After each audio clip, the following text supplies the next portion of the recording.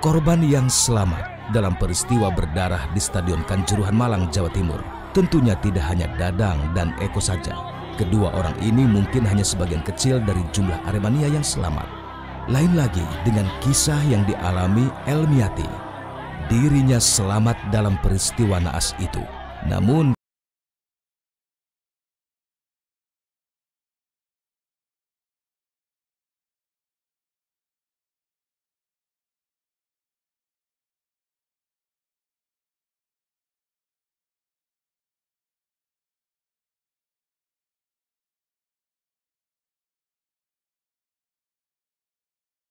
cerita di tengah duka yang masih menyelimutinya.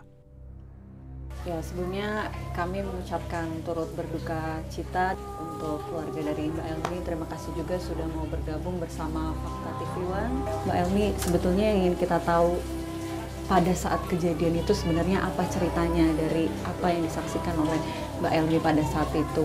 Dari awal sempat ricu tapi cuma penonton, sesama penonton gitu, nggak tahu itu copet atau gimana ya, cuma sekedar rusuh biasa. Terus waktu pertandingan selesai itu ada satu supporter yang masuk, gara-gara supporternya masuk itu tadi, terus kan banyak yang nyusul kan waktu itu, gara-gara nggak ada yang di sepak polisi mungkin ya, gara-gara itu kan nggak terima supporter Aremanya banyak yang masuk lapangan, terus polisinya itu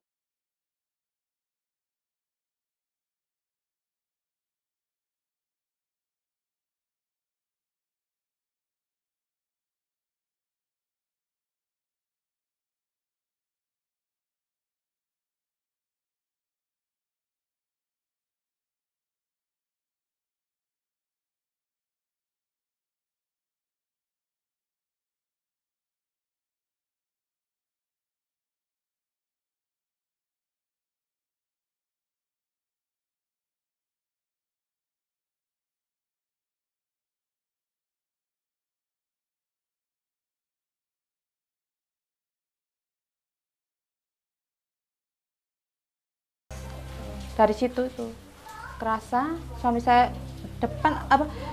tuh udah dekat sama pintu gerbang, itu udah dekat, cuma kan dihalang-halangi sama petugas yang di depan gerbang itu loh.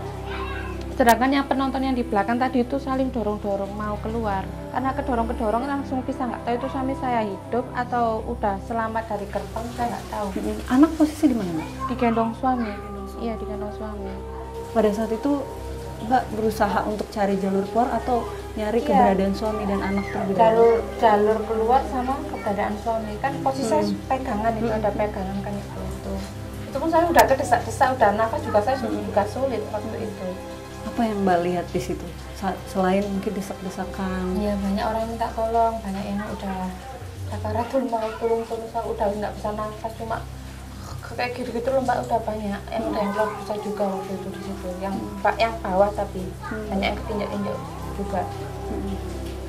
Terus gimana caranya Mbak bisa cari atau dapat jalan keluar? Itu waktu itu yang depan itu suruh mundur, penonton belakang mundur gitu, terus saya ada yang nolong, ada yang narik, dikiranya saya ini saudaranya, adiknya, ada yang narik. Terus saya ke tribun lagi, diajak ke tribun lagi sama orang itu tadi. Saya juga nggak kenal itu siapa. Itu juga lampunya sempat dimatikan di Kanjuruhan. Tempat apa? Lampunya sempat dimatikan. Sempat dimatikan? Iya, posisinya lagi pada desak-desakan cari jalan keluar, tapi lampunya banyak yang sekarat, banyak yang meninggal, itu lampunya dimatikan di dalam tribun. Terus Mbak gimana nih cara cari kabar suami dan juga anak, posisi di mana? Ya itu tadi Kak, dapat kabar kalau anak saya di rumah sakit Kanjuruhan tadi, lalu saya sama kakak saya diajak ke sana. Itu jam berapa Mbak? Jam 1-an. Jam 1. Ya, diajak ke rumah sakit Kanjuruhan. Itu udah di rumah kamar jenazah anak saya. Tapi kalau posisi suami saya masih belum tahu itu meninggal atau masih hidup, saya masih belum tahu. Suami pada saat itu? Iya. Selang 20 menit kalau nggak salah itu dapat kabar juga nyusul kalau suami juga sudah nggak ada.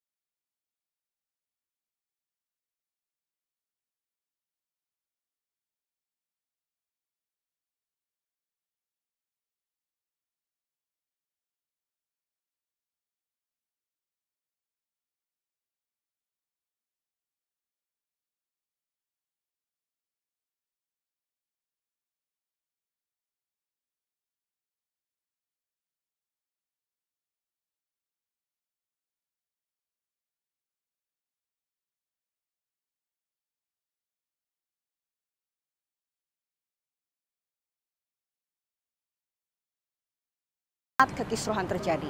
Lalu mengapa lampu di stadion harus dimatikan saat kekisruhan memuncak? Kita masih menunggu hasil penyelidikan investigasi dari pihak berwenang untuk mengungkap tragedi Kanjuruhan ini.